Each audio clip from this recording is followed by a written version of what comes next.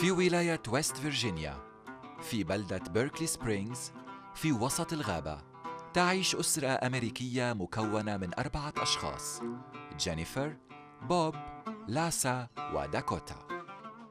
Okay, so what I was thinking is that we would start with Lungariyad, even though we won't start the show with that one. Let's try that. I don't know yet. We'll see. But let's work on Lunga. Okay. Okay. When you're ready.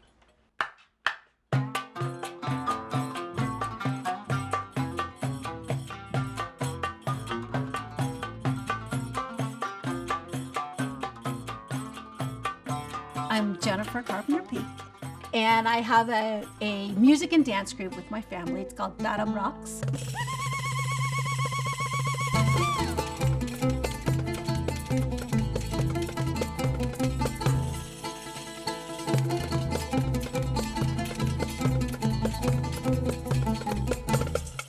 I dance. My husband Bob plays the tabla, and Dakota plays the oud, and the other son Lasa plays the bass. And we play music and dance at schools and at festivals and at restaurants and parties and in our living room.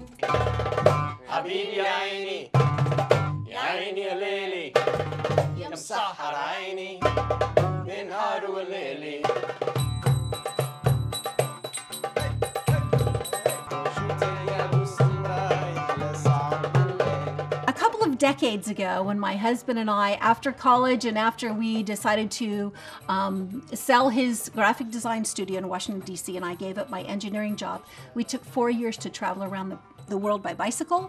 And when we told our families that we were going to go to Tunisia, they kind of freaked out because people didn't really understand Arab culture in the United States, and mostly people were very afraid of it. So once we got there, it was very soon that we realized we had nothing to be afraid of. It was tremendously hospitable. We'd never had that kind of hospitality and welcoming. I learned that a lot of the preconceptions that, oh my gosh, these people are so different and it's scary. Everybody's just people. We're all the same. And if you can get past the labels and connect where you can, which is what music did for us a lot. So we spent a couple of months in Tunisia traveling by bike, and then we traveled to Morocco, which was an amazing country.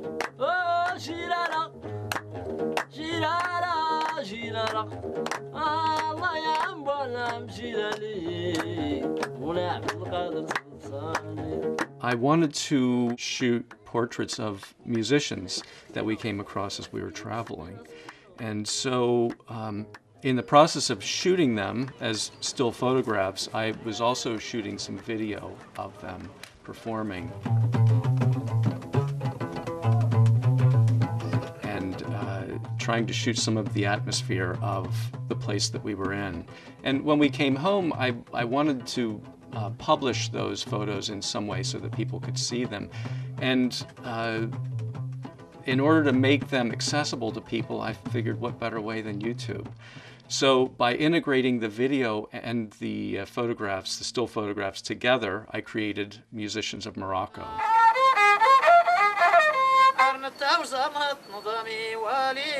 which kind of highlights some of a good deal of the musicians that we met with and that we actually played music with while we were there.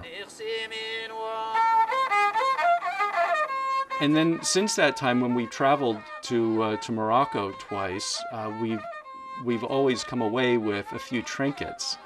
But I think it's always been the music and the personal experiences that we have with other people there that we cherish most.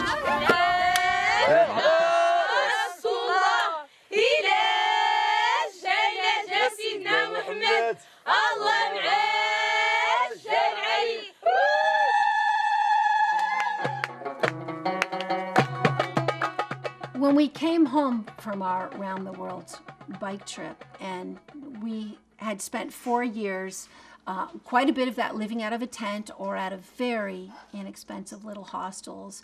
It gave us an appreciation for how little you need to be happy and how fulfilling it was to have not stuff, but time to do things. And so when we came home, we found the smallest, cheapest house we could find, which was on a creek with hiking trails.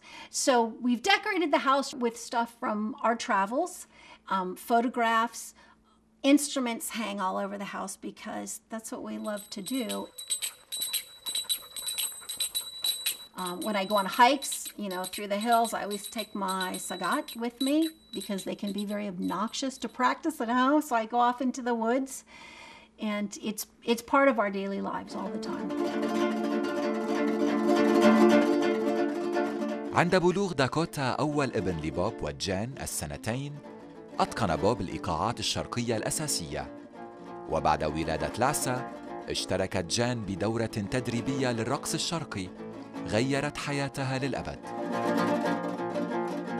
مع حلول عام 2004 شكل بوب وجان فرقة طرب رقص بالاشتراك مع موسيقيين آخرين التقى بوب بهما في ملتقى للموسيقى العربية بقيادة سيمون شاهين في ولاية ماساتشوستس. Our nai player was Syrian American and our oud player was Spanish American. So we all got together and started playing. We played for a while, but then Bob and I were much more serious about the music and dance than our bandmates were, and so they moved on to other things in life. And since our children were growing up with the music and Dakota was he already loved music. Yes, we said, Dakota, why don't you play this little song with us? So we sort of fudged through the gig, Bob and I, we made an extra long drum solo and we put this cute little kid in his adorable little Jordanian outfit and we said, you play, and he loved it. And so our younger son, who at that time was, 6 or 7, we said, okay, well, we need to bring you into the band. So we gave him a rit and he played and he loved it.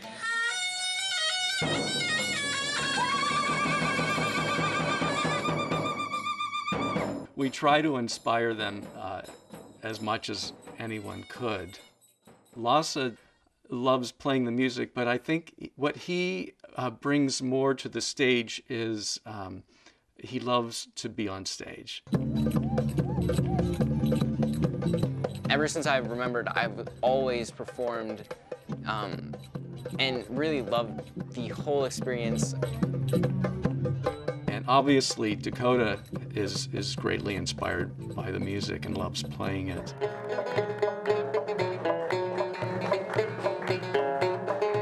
Well, so the Arabic music, I started playing oud.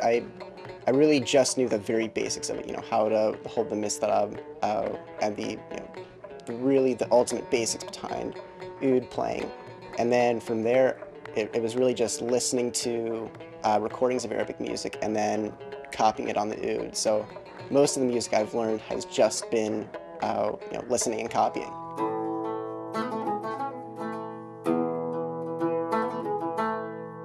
It's just so fun. And Arabic music also goes through a lot of emotion. There's a lot of emotion in a lot of the music.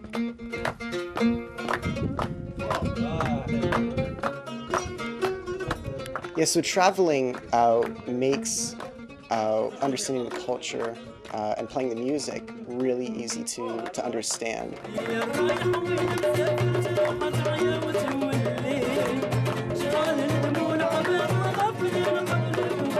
Because we play music, we're able to connect with the people that wherever we are. So when we were in, I think, Tafrut in Morocco, within a week or two, we were meeting all the locals who played music and getting to jam with them. And we were learning, the Berber music there that was played on banjo and just clapping with it and singing, and then also playing it on the oud.